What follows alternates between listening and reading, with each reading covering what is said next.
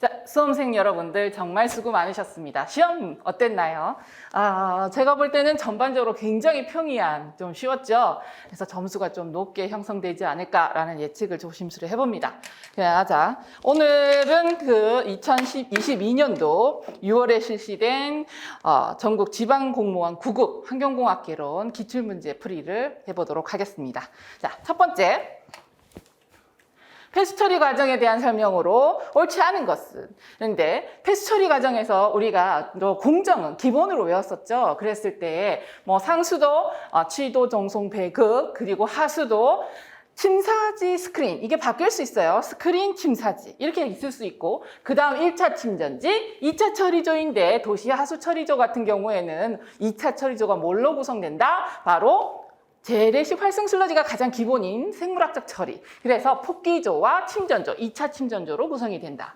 만약에 이렇게 2차 처리를 하고 난 후에도 수질이 만족하지 못하거나 아니면 방류 수역에 있었을 때의 부역량화 방지라든가 그 수계의 개선을 위한 어떠한 조치가 필요하다. 또는 특정 목적 물질을 제거해야 된다 할 경우에는 3차 처리가 들어갈 수 있다라고 했고, 대체적으로 우리가 부역량화 방지를 위해서 질소인과 같은 영양물질을 제거하다 보니까 우리가 이걸 고도 처리라고도 하죠. 자, 그러면 여기 전체적인 폐수 처리인데 상수도는 빠지고, 그럼 폐수 처리를 한번 보시면 천막대 제거, 이건 뭐죠? 앞에 스크린에서 제거되는 겁니다. 1차 들어가기 전에 전 처리 되는 것이죠. 그래서 우리가 스크린 침사지 같은 경우는 그 다음 1차 침전조가 1차, 그 다음에 앞서서 폭기조, 그러니까 폭기조와 2차 침전조로 구성된 생물학적 처리조를 보통 2차 처리조라고 한다라고 하면, 천막대는 스크린에서 제거되니까 전 처리, 폐수 내의 부유물질 제거는 1차 처리에 해당된다. 앞서서 스크린, 침사지에는 모래를 제거하고 1차 침전지에는 부유물질, 가라앉을 수 있는 것들 제거하죠. 그러니까 1차 처리에 해당된다. 생물학적 처리, 앞서서 재래식 활성 슬러지는 폭기조와 2차 침전조로 구성되는데 주로 뭘 제거한다? 도시하수 처리의 가장 대표적인 물질, 유기물질을 처리한다. 그래서 생물학적 처리, 유기물질에 있었을 때 폐수 처리에 있어서 가장 기본적인, 가장 또 효율이 확보되는, 그러면서 부작용이 적은 자연적 처리와 유사한 방법인 생물학적 처리는 바로 폭기조와 2차 침전조로 구성된 2차 처리조에 해당이 되는 거죠. 자, 그럼 생분해성 유기물, 이건 뭡니까? 바로 생물학적 처리를 가능하다라는 거죠. 그러면 이건 어디에서? 바로 2차 처리조, 즉 폭기조에서 미생물에 의해서 제거가 될 수 있는 것. 따라서 3차 처리에 해당되는 것은 앞서 얘기했던 것처럼 특정 목적을 위해서 어떠한 물질을 제거하려는 목적이 있거나, 또는 방류 수계에 있었을 때 수질 개선, 방류 수역의 환경 개선, 또는 부역량화 방지와 같은 특수 목적을 위해서 어떤 물질을 제거하고자 할 때 하나의 처리조를 더 두는 것, 이렇게 했었죠. 그러니까 여기에는 맞지 않는 것, 당연히 4번이죠. 제가 설명은 장황하게 했습니다만 딱 보자마자 답 4번이네, 아주 기쁘게 체크하고 넘어가셨을 것 같아요.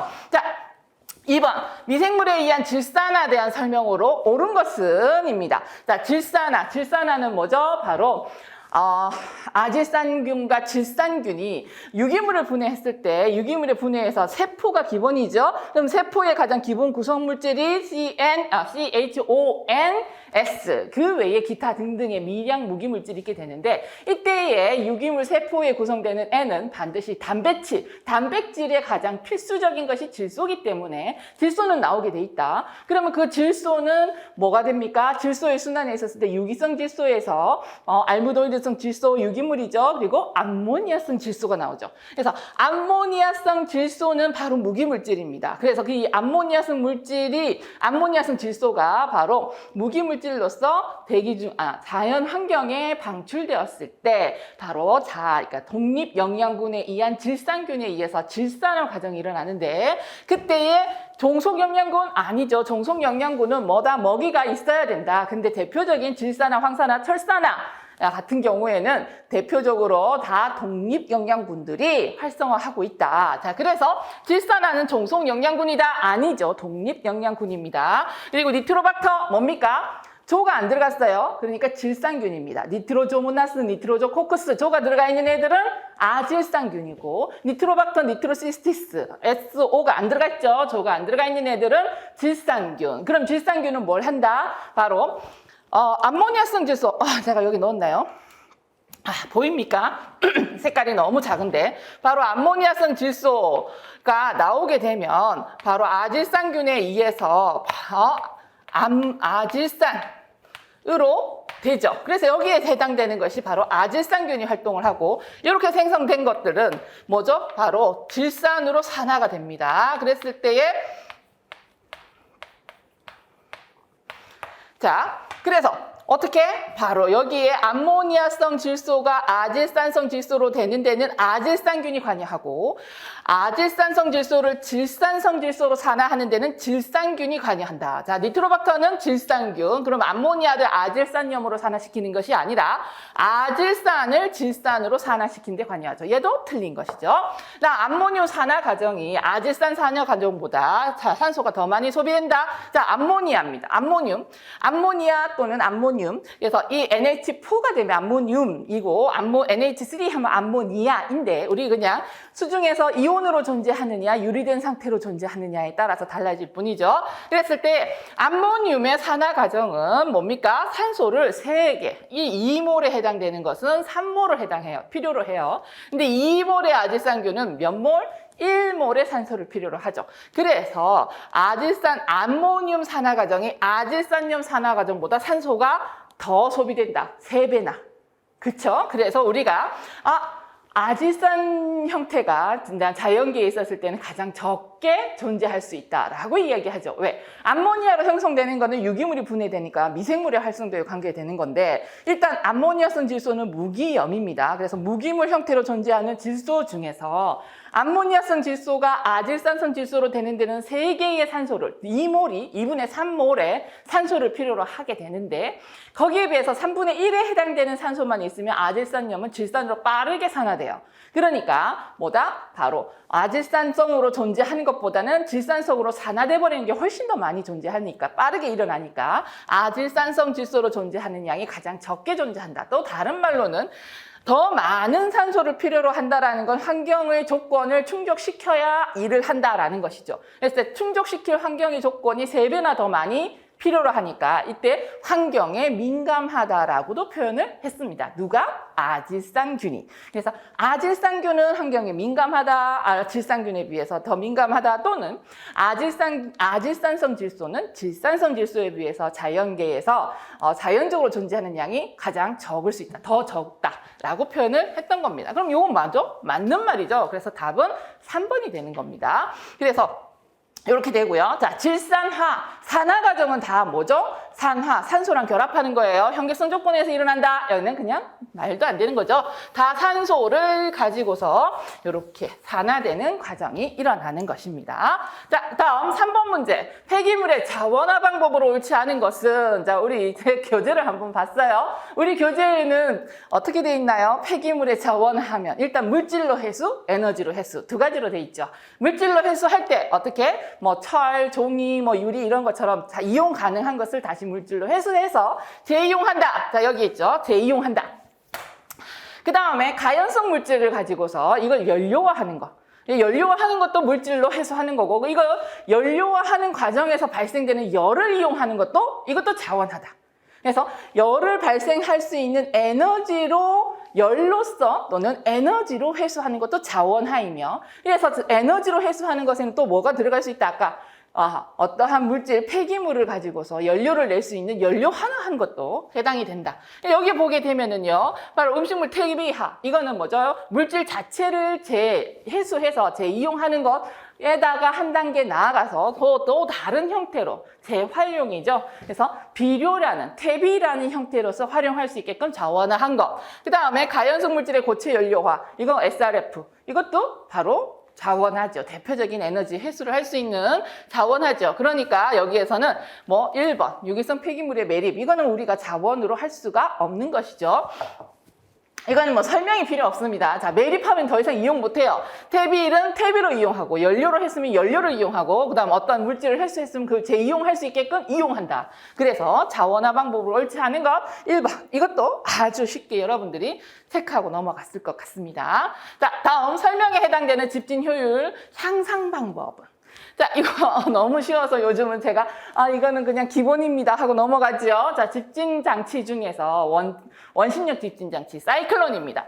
사이클론의 분진 퇴적함으로부터 혈액가스의 한 5에서 10%를 흡입해 가지고 유효 원심력을 증대하면서 집진된 먼지의 재비산을 억제하는 그러한 효과가 뭐라 한다? 블로다운 효과. 그래서 답 2번. 이거 뭐 너무 쉬워요.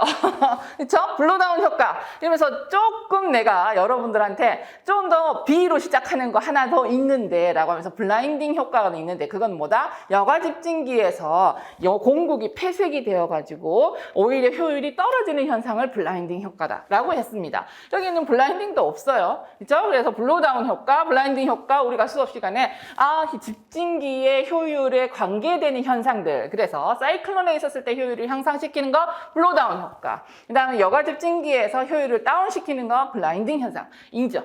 나머지는 뭡니까? 이 다운워시는 대기. 그 다음 홀드업은 우리 충진기, 충전기. 그래서 충전탑에서 일어나는 거고 충전탑의 충전재의 특징 또는 그 성질에 대한 개념이죠. 다운드래프트 이것도 대기 개념이죠. 그래서 여기는 별로 어렵지 않게 마찬가지로 아주 쉽게 넘어갔을 겁니다. 다음 5번 문제입니다. 물리화학적 개념. 자, 이거는 그냥 환경공학 기초라고 분류가 되겠죠. 그래서 어떤 화학 반응에서 정반응과 역반응이 끊임없이 같이 일어나고 있는데 그때 일어나는 속도가 동일해졌어요. 그래서 서로 동일해지다 보니까 이게 정반응으로도 역반응으로도 어떤 한쪽에 치우침이 없이 그 상태가 그대로 유지되는 것처럼 보이는 거. 이게 바로 우리가 정상 상태다. 평형을 이루었다. 라고 이야기했죠. 그래서 그러한 물리화학적 개념에 적용되는 것을 보게 되면 자, 여기에서 헨리 법칙은 뭡니까? C는 HP 또는 P는 HC. 그래서 어떤 두 산 간의 물질 이동이 있었을 때에 기상에 있는 것은 압력차 그리고 액상에 있는 것은 농도차의 영향을 받는다. 개념이 다르죠. 다음 질량 보존은 전체적으로 반응이 일어났을 때 전체의 총 질량은 그대로 보존이 된다. 어느 한쪽으로 치우치느냐 이것도 상관이 없죠. 그 반응이 일어나고 나기 전후의 물질의 총 질량의 양이 일정하다라는 거고 물질 수지는 뭡니까? 어떠한 시스템 계예요. 그 시스템에서 들어가고 나오고 그리고 그 안에서 반응이 일어나는데 플러스가 되냐 마이너스가 되느냐 그러한 총 물질의 이동에 있었을 때 양의 변화를 어떤 시스템 계에서 총량으로서 따지는 것이 바로 물질 수직. 화학 평형이 뭡니까? 아까 있으면 A라는 반응이 B라는 반응으로 갔대. 이쪽으로 가는 반응, 이쪽으로 가는 반응, 정반응, 역반응.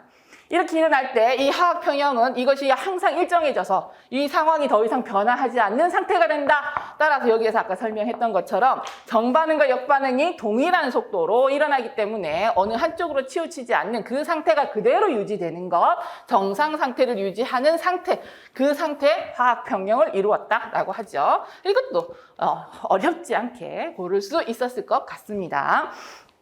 그래서 화학 부분에 있었을 때도 그닥 여러분들의 혼돈을 유발하는 그런 예문들이 아니에요. 다음 문제 6번입니다. 지하수 특성에 대한 설명으로 옳은 것은입니다. 자, 지하수는 어떻게 땅속을 흐르는 물입니다. 땅속을 흐르는 물이기 때문에 속도가 느리죠. 그리고 토양 속을 흐르기 때문에 토양의 그 많은 공국을 지나갑니다. 그래서 토양 입자에 의한 여과 흡착 효과로 인해서 처음에 부유물질이 많을 수 있으나 나중에 점점 여과 흡착에 대한 물리적 자정작용에 의해서 깨끗해진다. 부유물질이 적어진다. 그래서 지하수의 특징을 얘기하면 그냥 기본적인 특징을 물어보느냐 아니면 특정 상태의 지하수를 물어보느냐 구분할 필요가 있는데 보통 그냥 이렇게 지하수의 특징이라 하면 가장 심층수에 있는 일반적인 지하수의 특징을 이야기하면 된다라고 얘기했죠. 그래서 이게 땅속을 흐르기 때문에 이 토양에 지나가는 그 지질층의 영향을 굉장히 많이 받는다. 그래서 만약에 화강암이 있는 곳을 지나간 곳과 석회암이 지나간 곳을 통과한 곳을 지하수를 동일한 곳에서 똑같은 물을 넣었다 하더라도 화강암 지나온 곳보다는 석회암을 지나온 곳에 칼슘이 굉장히 많겠죠. 그래서 국지적인 환경 조건의 영향을 크게 받는다예요. 받지 않는다 틀렸죠? 자정작용의 속도가 느리고 유량 변화가 적다. 자, 자정작용은 우리가 일반적으로 지하수에도 유기물질이 있습니다. 그러면 이 유기물질의 자정작용은 생물학적 작용에 의해서 아까 여과 흡착이라는 물리적 작용도 많이 작용을 하는데 생물학적 작용에 의해서 유기물이 정화된다라고 했을 때, 자정된다라고 했을 때 그때는 지하수는 대체적으로 산소가 풍부하지 못하기 때문에 현기성 유기물 분해 과정에 의한 생물학적 자정작용이 주류를 이루게 된다. 그랬을 때는 뭐가 되죠? 바로 속도가 훨씬 느리죠. 무조건 현기성은 호기성보다 속도가 느리다 이잖아요. 그래서 자정작용의 속도가 굉장히 느리다라고 얘기합니다. 일반적으로. 그리고 지하수 내에서의 그 유동에 다른 상수원, 지하수원이 아니라면 그 유동은 굉장히 천천히 다른 곳에 소실될 곳이 없어요. 유지되면서 지나가게 되겠죠. 그래서 유량 변화가 크다. 하다못해 우물물 비교했습니다. 우물물이 겨울에는 따뜻하고 여름에는 시원한 이유가 연중 온도가 수온이 일정하기 때문이다. 그래서 수온의 변화가 적다. 지하수 같은 경우 가장 깊은 심층수에는 수질의 변화도 크지 않다. 유량의 변화도 크지 않다. 그래서 여기 2번이 옳은 것이 되는 것이죠. 다음 부유물질 및 탁도가 높다. 이거는 뭐죠?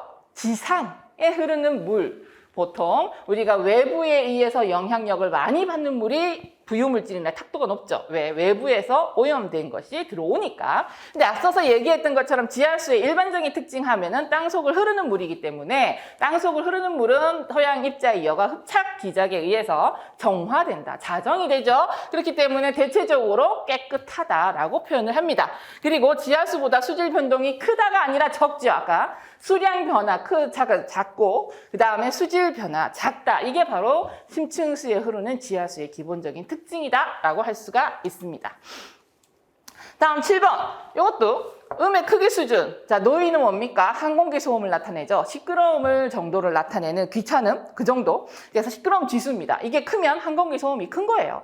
그리고 손, 이게 음의 크기죠. 그다음에 폰, 이건 음의 크기 레벨. 전부 다 소리의 크기를 나타내는 거고 저 앞에 P는 파스칼 압력이죠. 그래서 이거는 어렵지 않게 골랐을 것 같고요. 자, 그 다음 8번 문제입니다. 계산, 제가 이게 지금 너무 힘이 세졌나요? 막 눌러지네요. 자, 대기 중에 아황산가스 농도가 0.112 ppm. 자, 그러면 부피비죠? 부피비니까 0.112 하고 ppm 부피로 한다면 밀리리터 퍼 큐빅미터다. 딱 이렇게 적어서 시작하면 편하겠죠. 근데 0도씨 일기압 조건이니까 뭐 그냥 다 스탠다드 상태. 그래서 온도와 압력에 의한 변화 고려하지 않아도 됩니다. 자, 그랬을 때 마이크로그램 퍼 큐빅미터로 단위를 환산하라 라고 합니다. 자, 이게 여기에 큐빅미터니까 그대로 살리고 밀리리터를 마이크로그램으로 바꿔야 되겠죠. 자, 그런데 이게 아황산가스입니다. 아황산가스는 1몰일 때 22.4리터일 때 몇 그램? 32 플러스 32니까 64g. 그런데 여기는 밀리리터니까 밀리리터일 때 얼마? 미리그램이 되겠죠. 그런데 우리가 원하는 건 마이크로그램입니다. 따라서 곱하기 10의 3제곱승 마이크로그램 퍼 미리그램. 하면 미리그램 없어지고요. 밀리리터 없어지고요. 그리고 우리가 원하는 마이크로그램 퍼 큐빅미터가 되는 것이죠. 자, 22.4 하나 둘 하면은 10에 3제곱승에서 2제곱승이 없어지고 10만 남고 이렇게 하면 2, 32 곱하기 10은 320. 따라서 답은 얼마? 320 마이크로그램 퍼 큐빅미터가 되는 것이죠. 요것도 사실 요 단위 환산하는 거 요거는 그렇게 어렵지 않게 기본적인 1몰은 무조건 기체 같은 경우는 22.4리터의 부피를 가지며 그랬을 때 1몰의 분자량 그램만 계산할 수 있으면 단위 환산을 통해서 풀 수 있는 계산 문제 중에서는 난이도가 하가 되는 문제가 되겠습니다. 다음 9번 문제입니다. 이것도 계산 문제죠. 자, 이거 우리가 모의고사나 또는 다른 문제풀이 할 때는 언급을 했는데 우리 교재에는 이 내용이 없더라고요. 그래서 조금 제가 문제풀이 때 설명을 좀 더 자세히 할 걸 좀 많이 문제풀이에 넣어놔야겠다라는 생각을 했어요. 자, 뭡니까? 흑강도. 자, 기기 분석이죠. 그래서 공정시험법에 들어가는 것 중에 가장 기본적인 것입니다. 그랬을 때 뭡니까? 흑강도라는 것은 바로 빛을 흡수하는 정도인데 이거는 로그 2가율의 역수이다 라고 하면서 우리가 램버트 비어 법칙에는 KCl로 표현을 해서 우리가 흑강 강도계를 측정을 할 경우 이 셀의 길이는 일정하게 주면서 농도의 변화를 주면서 흑강도를 측정해서 농도를 측정하는 계측기로 사용하는 기본식이 되는 것이죠. 자, 그런데 여기는 뭐 램버트 비어식에 있는 KCl까지 아니고 투과율까지 돼 있어요. 그러니까 투과율이 10%다. 그것만 알면 되는 거죠. 그러면 로그 투과율이 10%라는 것은 100분의 10인데 이게 역수니까 10분의 100. 그럼 이게 10. 로그 10은 1. 그래서 답은 흑강도는 얼마? 1. 이 되는 것이죠. 이거는 단순히 흑강도는 투과율의 역수에 해당이 된다. 로그 값이다. 라는 것만 알아도 풀 수 있는 계산 문제 중에서는 아주 난이도가 낮은 편에 해당이 되는 문제가 되겠습니다. 다음 10번 문제입니다. 자, 대기 안정도에 대한 문제. 자, 설명으로 옳은 것은 입니다. 자, 대기 안정도는 건조단열 감률과 포화단열 감률 아니죠. 자, 건조단열 감률은 대기 중에 수분이 전혀 없다고 했을 때 일단 우리 대기 중에서 건조단열 감률은 100m 올라갈 때 1도씩 내려갑니다. 그래서 1도씩 per 100m, 즉 고도에 따른 온도의 변화율로 나타내면 마이너스 1도씩 per 100m죠. 근데 감률이니까 마이너스가 이미 들어가 있기 때문에 1도씩 per 100m. 포화단열 감률은 뭐죠? 대기가 수분으로 포화되었다라고 가정을 했을 때 그때 대기가 100m 올라갈 때마다 고도가 100m 올라갈 때마다 온도가 0.5도씩 내려가는 걸 얘기합니다. 그래서 이거는 대기의 기본적인 특징이에요.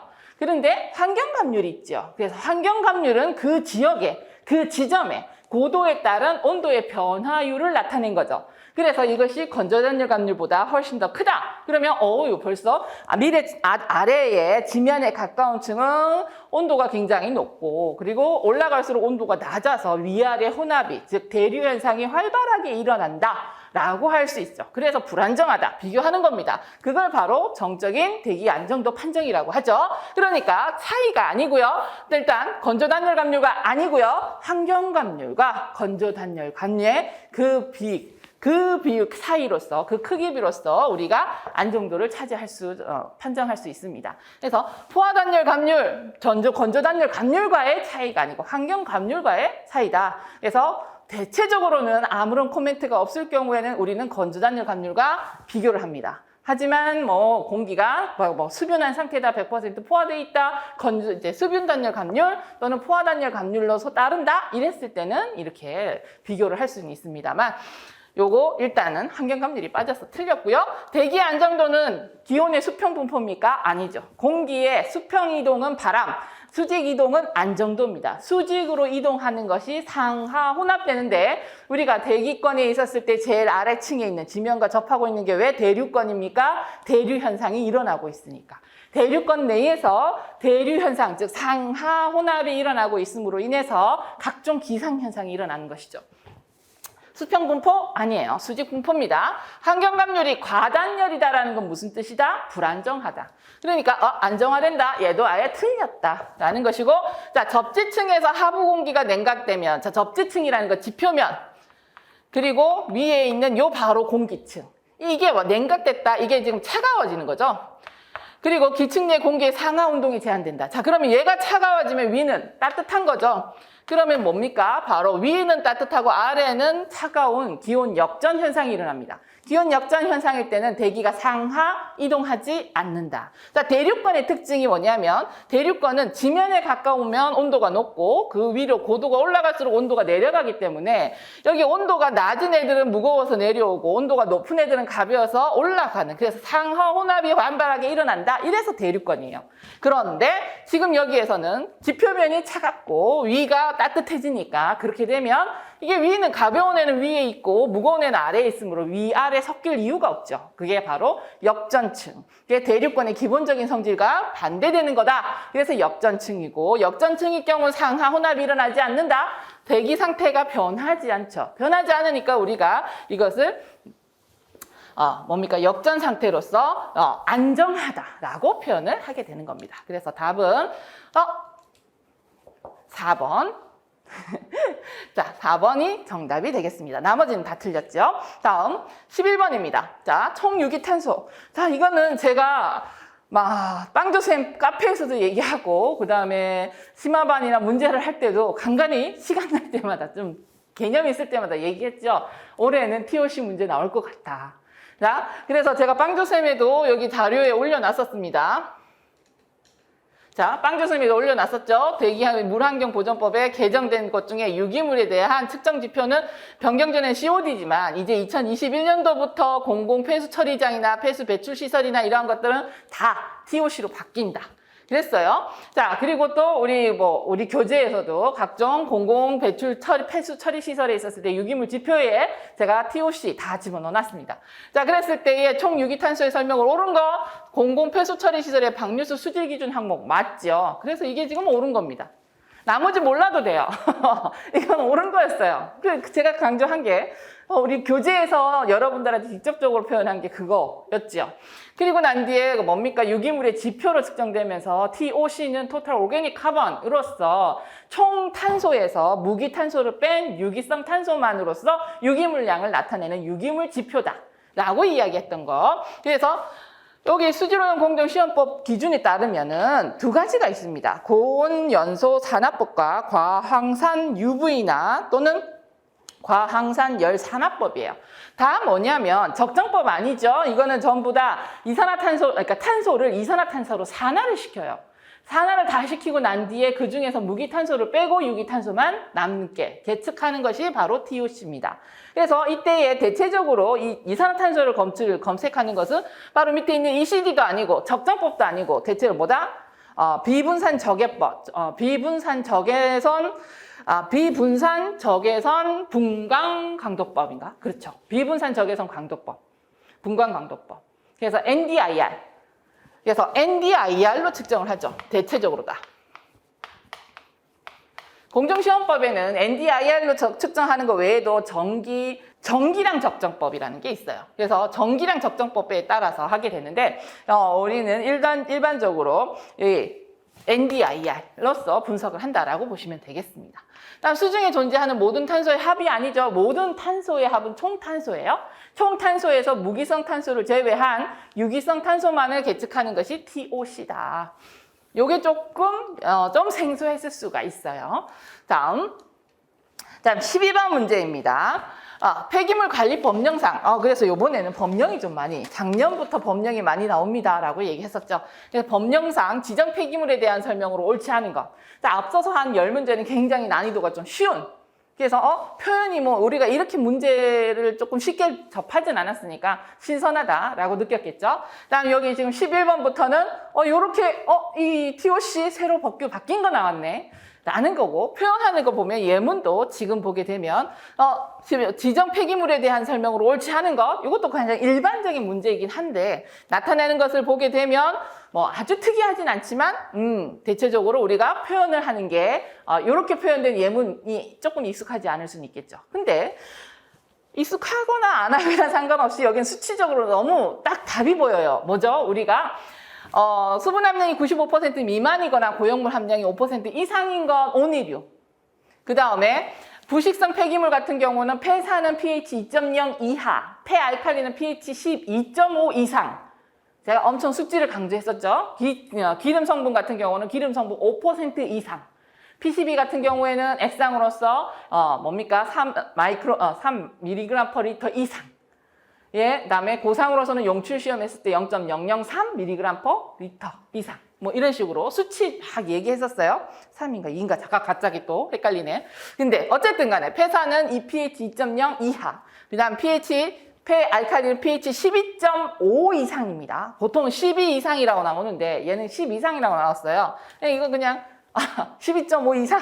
수치. 우리가 몇 개 안 배우는 수치 중에서 구분돼서 나오는 것들이죠. 그리고 분진 같은 경우 대기오염 방지 시설에서 나오는데 단소각 시설은 제외한다. 이건 우리가 문제에 많이 풀었던 예문에 있었던 개념입니다. 자, 그 다음 13번 문제입니다. 자, 실외 소음 평가 지수 중 등가 소음도에 대한 설명으로 옳지 않은 것. 이것도 어렵진 않아요. 단지 이제 우리가 등가소음도 하나만 따로 떼갖고 문제를 접한 적은 별로 없었던 것 같아요. 근데 이 등가소음도는 시간에 대한 변동 평가죠. 그래서 평균치입니다. 그래서 시간에 대한 걸 보정을 해줘요. 그리고 시간에 따라서 소음이 막 변할 때 등가소음을 적용하죠. 그러니까 변동이 심한 소음의 평가 방법. 그러면서 등가소음도 항상 따라왔던 게 뭐다? 바로 소음 환경 기준의 단위다. 그래서 우리 등가소음도의 두 개, 시간에 대한 평균치면서 환경 기준에 대한 단위다. 소음 환경 기준의 단위다. 그랬어요. 그러면 나머지 지금 이미 시간 동안 변동 소음 에너지를 시간적으로 평균한 거. 이거 정의죠. 그냥 등가소음도의 정의입니다. 그리고 소음의 청력장애, 회화장애, 소람스러움 세 가지 관점에서 평가한 건 뭡니까? NRN.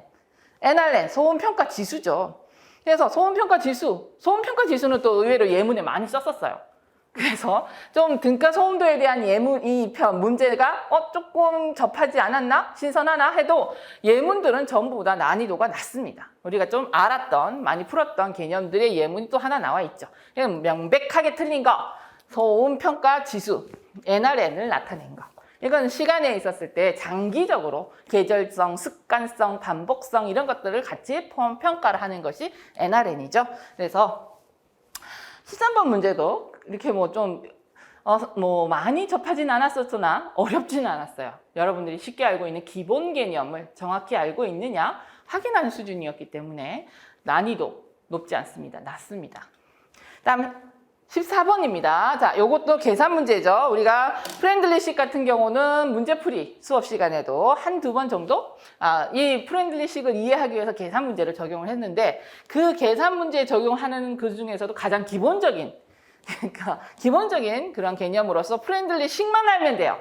그래서 프렌들리식을 알아야 된다라는 게 난이도가 좀 올라가지만 그럼 식만 알면 적용하면 끝나는 그래서 더 꼬이거나 또는 함정이 있거나 그런 거 전혀 없습니다. 자, 프렌들리식은 이렇게 되죠. 그래서 프렌들리식은 흡착제의 양 분의 제거된 물질 피흡착제의 양은 뭐랑 관계가 있다? KC N분의 1. 근데 여기에서 K는 얼마?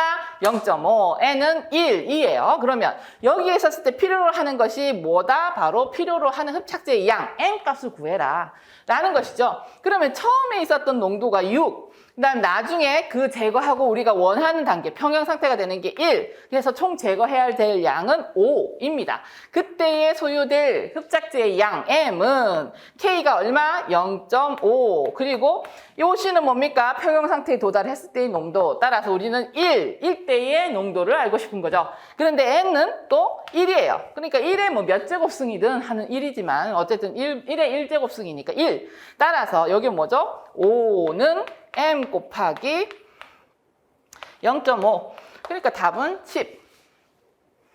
그냥 프렌들리식만 알면 풀리는 문제. 그래서 계산 문제도 그렇게 난이도가 높지는 않은 편이다라는 걸 알 수가 있죠. 다음 15번 문제입니다. 자, 이것도 계산 문제네요. 자, 수분 함량이 60%인 음식물 쓰레기를 수분 함량이 20%가 되도록 건조시켰을 때의 무게 감량률입니다. 자, 여기에서는 우리가 수분은 변하기 때문에 변하지 않는 고형물을 기준으로 한다라고 해서 1-P1, V1은 1-P2, V2. 자, 슬러지 또는 음식물 쓰레기 등 수분이 변하는 어떠한 물질에 있었을 때 수분이 변했을 때의 양이죠. 근데 얘가 뭐다? 바로 수분이 아닌 고형물, 변하지 않는 고형물. 고형물은 얘도 고형물, 얘도 고형물. 그래서 수분이 변했지만 수분만 없어지고 고형물은 그대로 있기 때문에 그 고형물의 밀도를 곱하면 밀도가 동일하죠. 그래서 얘는 어떻게 됩니까? 바로 1-P1, 네, M1. 이제 밀도가 M분의 부피분의 M이죠. 그래서 V1, M1. 여기 밀도도 V2, M2. 이렇게 되니까 여기에서 V2, V2 없어지니까 얘는 이렇게 1-P2의 갈로 M2 이렇게 되는 거죠. 그래서 부피로 계산했던 식을 양쪽으로 어차피 똑같은 고형물이니까 똑같은 밀도로 곱해주게 되면 결국은 질량이 된다. 그래서 이거 그냥 식 하나만 외우고 물 질량으로 묻든 부피로 묻든 이 식 대입하면 된다라고 얘기했었죠. 그래서 부피 감량률 하게 되면은 뭡니까? 부피 감량률은 V1분의 V1 마이너스 V2이지만 그래서 1 마이너스 V1 V2지냐?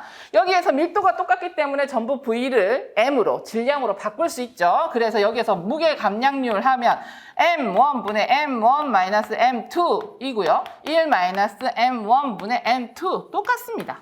그냥 대입하면 되죠. 그래서 M1분의 M2는 여기에서 보게 되면 1 마이너스 P2분의 1 마이너스 P1이 되죠. P는 수분 함량이죠. 근데 여기에서 지금 나오는 게 처음에 나오는 게 1에서 0.6을 빼면은 0.4, 1에서 0.2를 빼면 0.8, 얘 2분의 1입니다. 따라서 요거는 어떻게 되죠? 얘도 2분의 1이에요. 그러니까 부피 감량률은 몇 퍼센트? 50%, 0.5에서 50%. 제가 설명은 길게 했으나 우리 일반적으로 슬러지에 있었을 때에 수분의 변화가 일어났으면 그때에 따른 부피 감량률 계산하는 기본식 대입하는 것 그대로입니다. 단지 이제 부피가 아닌 무게로 물어봤다라는 거. 근데 우리가 똑같이 변하지 않는 고형물의 밀도를 곱하면 부피든 무게든 같은 식으로 적용할 수 있다. 누차 강조했던 내용입니다. 자, 그 다음 16번 문제입니다. 폐기물 관리법상. 요거 좀 힘들었을 것 같아요. 왜냐하면 우리 교재에 다 있긴 한데 이렇게 하나하나 뜯어서 아마 외우지는 않았겠죠. 폐기물 관리법상 적용되는 폐기물, 생활 폐기물과 사업장 폐기물. 자, 생활 폐기물은 사업장 폐기물이 아니면 생활 폐기물. 그럼 사업장 폐기물이 정의가 돼 있겠죠. 사업장 폐기물이 바로 대기환경보전법, 물환경보전법, 소음진동관리법에 따라서 거기에 법령에 따라서 배출시설을 설치 운영하는 사업장에서 발생하는 폐기물. 그리고 대통령령으로 정하는데 그게 하루에 300kg 이상 배출하거나 또는 1년의 공사 기간 동안 총 5톤 이상을 배출하는 사업장에서 배출되는 폐기물. 그리고 또 각종 지정 폐기물. 그 지정 폐기물에 요게 들어가죠. 그래서 각종 그러니까 정해진 시설이라고 되어 있습니다만 의료기관, 그다음에 병원 이런 곳에서 배출되는 폐기물 중에 인체에 간염 등 위해를 줄 수 우려가 있는 폐기물, 지정 폐기물입니다. 그리고 사업장 폐기물 중에 폐유, 폐산 등 주변의 환경을 오염시킬 수 우려가 있는 폐기물, 뭐죠? 지정 폐기물. 지정 폐기물의 정의예요. 그러면 이 사업장 폐기물, 지정 폐기물, 지정 폐기물 전부 다 폐기물에서 지금 정의하고 있는 폐기물들. 그래서 폐기물 관리법에서 정의하고 있는 폐기물. 그럼 그 범위에 들어가지 않는 것? 얘는 가축 분뇨. 그래서 이거 같은 경우는 4번 답이다. 요건 이제 우리가 알고 있는 사업장 폐기물의 정의와 지정 폐기물의 정의 아닌 거 빼니까 남는 거 이렇게 골라셔도 돼요. 요거는 사업장 폐기물 하면 맨날 하루에 300kg 이상 배출되는 것, 1년에 사업으로 5톤 이상 배출되는 것, 지정 폐기물. 지정 폐기물의 종류는 또 앞서 나왔던 것처럼 폐산, 폐알칼리로서 뭡니까? 오염시킬 우려가 있는 폐기물 중에 폐산은 pH 2.0 이하, 폐알칼리는 pH 12.5 이상. P12 기준, 용출시험으로서 용출시험 기준에 나오는 지정 폐기물에 해당되는 폐기물. 처치곤란으로서 성면, 도자기 조각 이런 것들 줄줄줄줄줄줄 다 외웠었죠. 근데 그 중에서 얘네들은 조금 다른 범위로 들어가긴 했습니다. 하지만 이렇게 우리가 사업장 폐기물과 지정 폐기물에 대한 개념을 알고 있으면 그렇게 어렵지는 않아요. 그런데 조금 까다롭긴 했었죠. 자, 그 다음 17번 문제입니다. 자, 수질오염 공정시험법 기준에 따르면 줌크롬산 칼륨에 의한 COD 분석 방법으로 옳지 않은 것. 우리 이제 COD 분석 방법 하면은 맨날 이거 잘 안 보이나요? 우리 교재에 있죠? 그래서 줌크롬산 칼륨 넣고, 황산 넣고, 그 다음에 황산수은 넣고, 황산은을 넣고, 그 다음 황산수은을 넣고, 그러면서 이것이 2시간 동안 가열을 합니다. 가열하고 난 뒤에 역적정을 하죠. 뭘로? 황산 제1 철암모늄 역적정을 합니다. 이게 참 숫자가 안 보이는 게 참 안타깝습니다만, 우리 교재에 있죠? 근데 별로 그렇게 중요한 건 아니니까. 그러면 COD 분석법에 있을 때 뭡니까? 줌크롬산 칼륨은 산을 집어넣고 2시간 가열해요. 알칼리성 한다? 없어요. 그래서 사실 우리가 줌크롬산 칼륨법에 의한 거 누차 얘기하는 공정 되게 간단해요. 시료 넣고 그다음에 그걸 황산을 넣죠. 산인 상태에서 2시간 가열하고 난 후에 이걸 식혀서 역적정한다. 그래서 여기 황산 제1철 암모늄 적정하는 용액 맞습니다. 2시간 동안 가열하는 거 맞습니다. 그런데 염기성으로 만드는 건 없어요. 답은 2번이죠.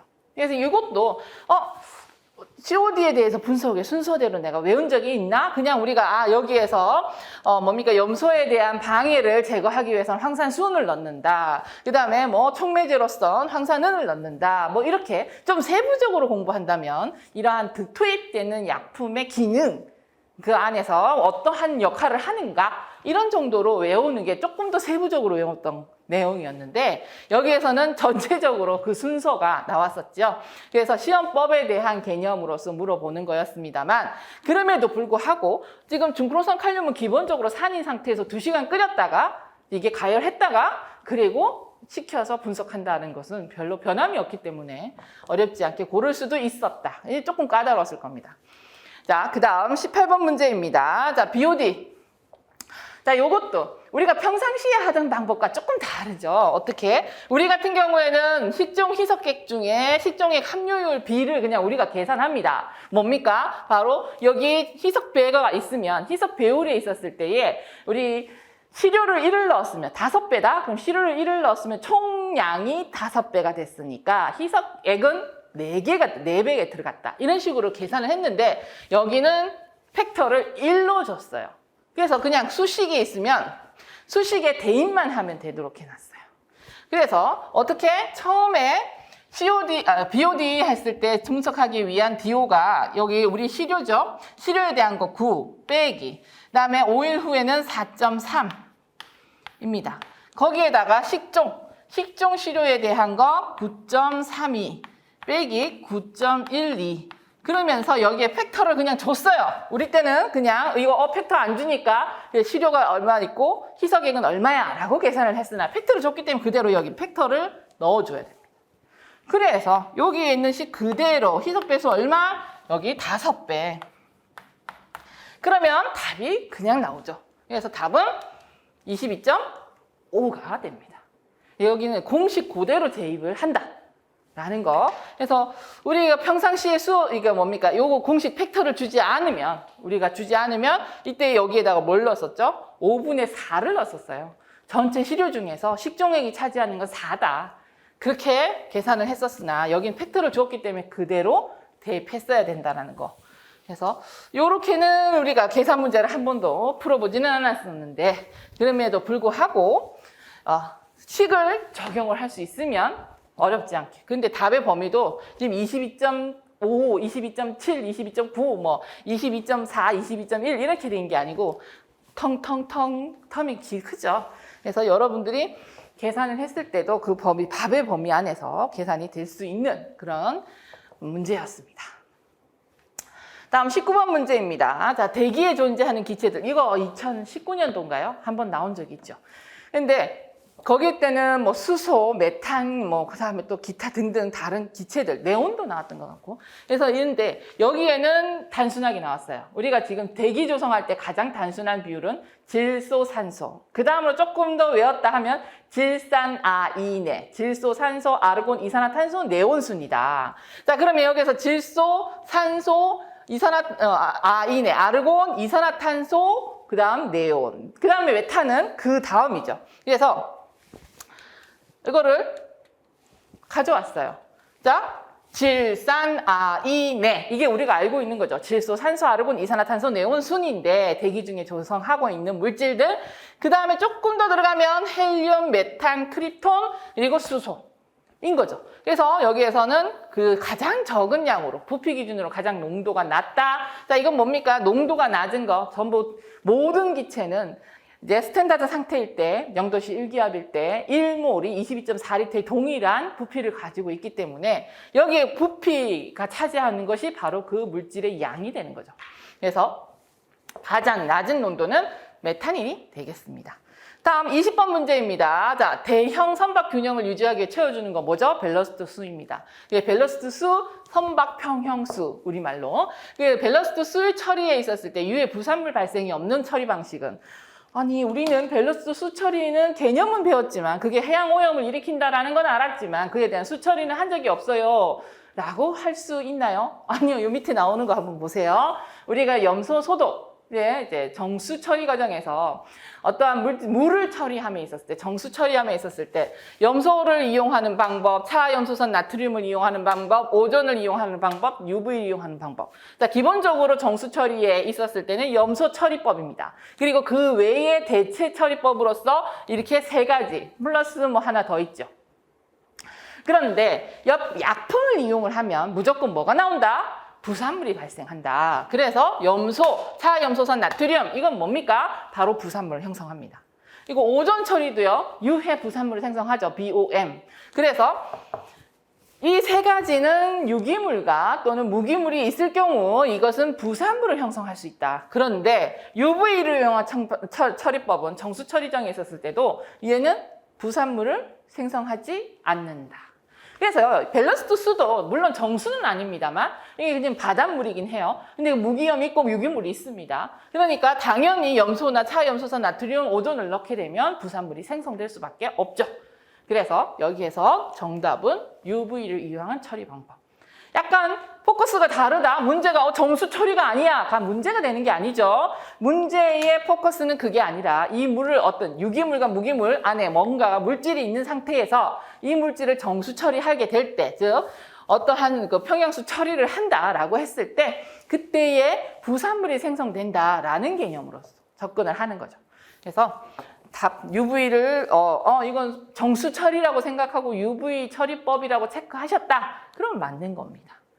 잘 하셨어요. 네, 그렇게 해서 총 20문제 우리가 살펴봤습니다. 그래서 지금 올해의 2022년도 공개경쟁 지방직 9급 환경공학 개론을 살펴보게 되면 전체적으로는 수질이 환경공학 기초 문제가 아까 2문제 정도 있었죠. 화학 반응에 대한 거, 그다음에 단위에 대한 거, 이런 것들이 있었는데 그것까지 다 수질이다라고 포함한다면 수질이 이제 7문제, 그다음 기본 문제 이 2문제 해서 수질만 35%에서 45%. 그다음 대기는 소음 문제가 2문제 나왔어요. 대기 문제가 4문제. 그래서 총 소음까지 합해서 6문제 해서 30%. 그다음 폐기물 같은 경우는 지하수, 토양 안 나왔죠. 그래서 토양 오염 보건 하나도 안 나왔습니다. 지하수에 대한 개념 하나 나왔어요. 그래서 지하수 1문제 포함해서 폐기물은 총 5문제, 25%. 그래서 수질, 대기, 폐기물 전부 이제 기본적인 패턴에서 나왔고 난이도는 있었을 때는 어렵다 정도로 느끼는 게 1문제에서 2문제? 중간 정도 난이도다라고 생각하는 것은 약 한 3, 4문제? 나머지는 다 쉬운 문제. 요번 시험 환경공학 같은 경우는 좀 점수가 올라갈 것 같고요. 내가 실수만 안 했으면 좋겠다라는 그러한 시험이 될 것 같습니다. 실수가 좀 치명적일 수 있죠. 왜? 난이도가 높으면 점수가 낮은 상태지만 그러니까 난이도가 낮기 때문에 점수가 높게 되거든요. 하나 틀리게 되면 점수의 타격이 좀 있지 않을까. 그런데 전반적으로 여러분들이 실수하지 않고 개념을 정확하게 알고 그 다음에 우리가 이 개념은 이거지 라고 했을 때 응용도 그렇게 많이 안 해도 되는 그러한 난이도는 굉장히 평이한 수준의 문제였다라고 볼 수 있습니다. 그래서 부디 실수하지 않고 좋은 성적 거두시기를 바라며 또 좋은 결과 가지시기를 바랍니다. 수고하셨습니다.